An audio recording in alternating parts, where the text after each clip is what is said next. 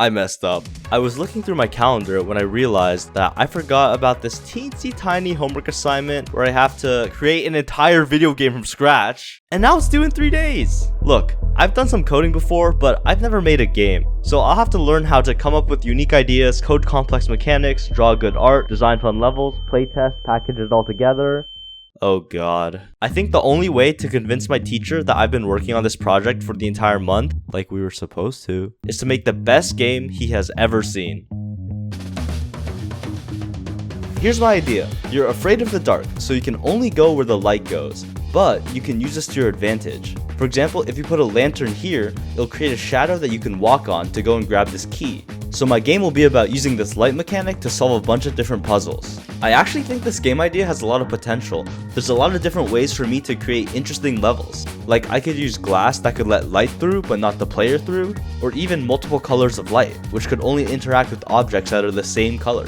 Okay, but let's not get ahead of ourselves because we still have to actually start making the game. Let's start by making a character that can move around in 2D space. I'll use some default shape like a square or circle or this logo face thing, and I'll give it some physics. Next, we can make a platform and some walls out of, I guess, this thing again. And this time, we'll let the walls have collision but not physics. So things can interact with the platform, but the platform won't just like fall because of gravity. This next part might be the hardest part because we have to write code to make the player actually be able to control this cube. There's a ton of different ways to customize this and make it feel as perfect as possible. So we'll be ignoring all that and just taking the simplest and most convenient route, which is using the built-in 2D player controller. Hey, don't judge me, okay? I gotta get this assignment turned in and we gotta get working on the main part of the game, the light mechanic. Just a reminder, I have no experience making video games, so I actually don't know if this light mechanic is even possible or not. Wait, actually, I do have some experience making video games. Back in middle school, I made this game called Square with Gun, and it was a square with a gun. Yeah, no, I have zero experience. I guess we'll just have to see if this is possible. Looking around in the Godot game engine, there actually is a built-in lighting system, but that only gets us halfway there. Because it doesn't give me any information or data about where the shadows are, there's no way for me to put a collider on a shadow to essentially turn it into a wall. So it looks like I just have to calculate the shadows myself. Me and you, we can see pretty easily that there should be 4 light rays here, so we draw 4 walls.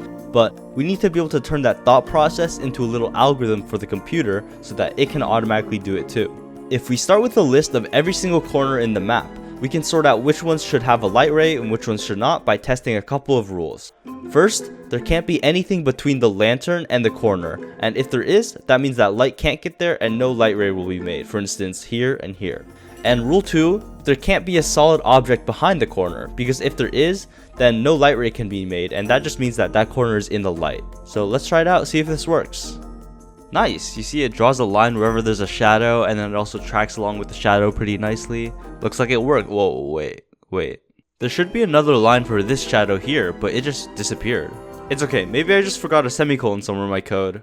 Let's take a look. Oh, this programming language doesn't use semicolons. Something is very wrong here. Let's zoom in to get a closer look to see if we can figure out what's going on. So it sort of consistently cuts out right around here, right at this angle. Oh, I think I know what's going on. So I've been thinking of these lines as if it's like on Desmos, right? Infinitely thin, but in reality here, we have a limited number of pixels, and so you can't really create a perfect diagonal line. Instead, it's more like a staircase of pixels, and so once that line gets to a certain angle, the staircase of pixels essentially just run into the object. So then the computer thinks that there's something between the lantern and the corner, but in reality, it's just the pixels of the line accidentally running into the corner. This should be a pretty simple fix though. We just have to check the location of the object that's detected between the lantern and the corner. And if that location is close enough to the corner, we just realize it's this weird pixel thing happening and just ignore it. And now it actually works. Nice. I've been working all day and it's 12 AM, but let me do one more quick thing before I go to bed. Let's actually properly make the lantern. First, we'll put the light on a separate object and finally put colliders on the shadows, and then we'll make a little script so the player can pick up and put down the lantern. Just like that, we got our light mechanic. Alright, time to go to bed though. I still got 2 more days of work ahead to finish this project. Just woke up and my first thought is, this game looks like shit. I think it's finally time to add some art. A lot of my classmates used free asset packs from online, but I kind of wanted to make the art myself. I said, nah, I'm gonna do my own thing. And then it turned out like this. Yeah, you might be able to tell I'm not the greatest artist. This is supposed to be a door. And here's the lantern. It looks okay. Let me actually really try on one to see what I can make. For the key, I'll make it red with a black outline so it stands out against the background and the lighting. Then I'll use shading to make it actually look good. I'll put a highlight on this side and a shadow on this side. Hey, that looks not awful. I'll even add like a little animation and give it a little twinkle just to spice it up a little bit. Yeah, that's not bad. And for the player art, based on what I made previously, I think I'll just keep it simple and just go with a stick figure. That'll also make making the animations a lot easier. For moving around, I actually used an art reference. I used this walk cycles just to make sure it doesn't look horrendous. And here's a quick jump animation too. Everyone I talked to said it didn't look like a jump at all, but I don't know, I feel like this is how a stick figure would jump. And with that, it's time to put down the paintbrush, or I guess stylus. For the background, I just gave up and used something off of Google. And now with the light mechanic and the art done, let me throw together a quick little tutorial level. So the idea is you walk over here and you're like, oh, I can't get down. So you come back and move the lantern, and now you're like, wow, I can get down. So then you grab this key and bring it to the door. Boom. Everything's ready now. We should be able to get working on making some levels, right? Wrong. The light mechanic is fucking broken. If you drop a lantern off a platform in a specific way, the player just like phases through the shadow wall. It turns out once again that the game engine doesn't quite line up with how I thought it was gonna work. In real life, if a wall is flying at you, you're gonna be pushed out the way. But in the game engine, everything is broken down into frames.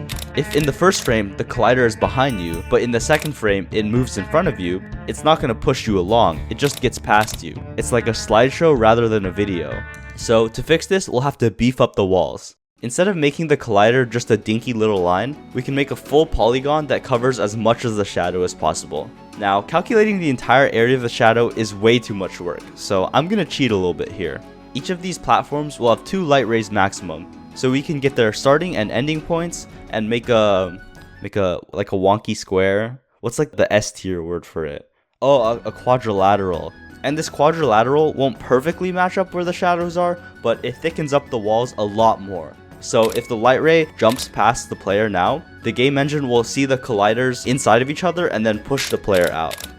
This actually even makes our previous code a little bit nicer, because we can remove the rule where we have to check if there's another object in the way of the lantern in the corner. Instead, it'll just make a collider behind another shadow, which technically doesn't really do anything and will be a tiny bit slower, but that doesn't really matter in the grand scheme of things. So now the player can't phase through their shadow wall. It'd actually be kind of cool if you could launch yourself doing this, but that'd be too much work. I have to go to bed. Actually, I had school today, so I really only have... Can I really finish this game in 8 hours? All I need to do is add some more mechanics, make a bunch of levels, make a menu screen, and be able to go from one level to the next. It's doable.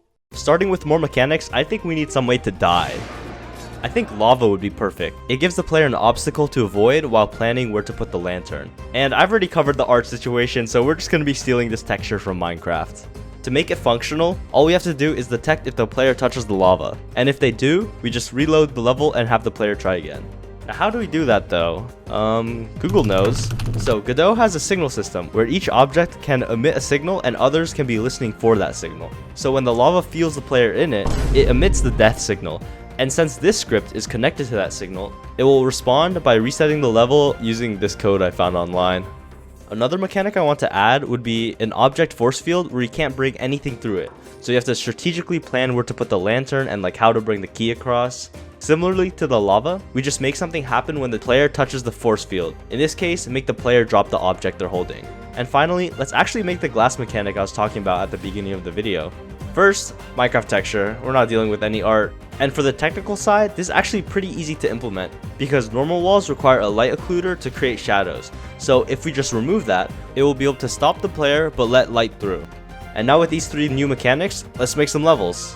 By the way, if you want to try playing the game without spoilers, there's a download link in the description if I figured out how to do it. You can quickly play it right now before I go over all the levels and their intended solutions. The first level though is pretty easy. I had to do like a quote-unquote tutorial level for the homework assignment requirements. It just introduces you to the light mechanic and the idea that you can't go into shadows. Next, I wanted to get the player used to creating bridges with the shadows, so they have to use a lantern strategically to first get over the lava and then to get to the door. If you place the lantern in this corner, it creates a perfect bridge to get the key. This level also shows the idea that the key can go to the shadow, so you can pre-place it up here, so that when you move the lantern, you still have access to the key. Otherwise, it'll be stuck in the shadow. This next level continues to reinforce the idea of the light bridges and that keys can go into shadows. So first, you'll make this bridge to get to the key. You can drop it straight down into the shadow because you'll be moving the lantern into this corner to create the bridge to the door. Then you can just grab the key immediately and get to the next level. For this level, the exit is right next to you, but you have to find a way to get through the force field to grab the key. Placing the lantern here gets you to the key, but there's no way to bring it back, and there's also no way to change the lantern shadows to help you out. Okay, the solution is a little fucked, but you have to chuck the key over the force field, which is actually kind of hard. And then you can move the lantern into a position so you can just grab the key and bring it to the door. Also, if you've tried the level, yes, there's a cheese where you can just spam G, but I'm choosing to ignore it because... Finally, we have a quote-unquote boss level as required by my teacher. There's two sides to this level, with a force field and glass between them. So the idea is, you have to find the spot where you can put the lantern so you can grab the key and then get to the door. If you place the lantern kind of anywhere in the open, you can get the key, which you then have to parkour to get to. Damn, this parkour feels really bad. Why would I make it like this? The simplest and most convenient route, which is using the built-in 2D player controller. Oh yeah, I spent 2 seconds making the movement. Anyways, you can grab the key and then bring it to a place where it will be illuminated with the door at the same time. And then you can beat the game. Yippee! Alright, stop the clock. We are finally done. Let me turn everything in real quick and let's see what grade I get. Yo, I got 100? Wait, it actually worked. My teacher actually really liked the game. Moral of the story, I guess, procrastination always wins. Anyways, I really do like this game, so if you think I should keep working on it, let me know.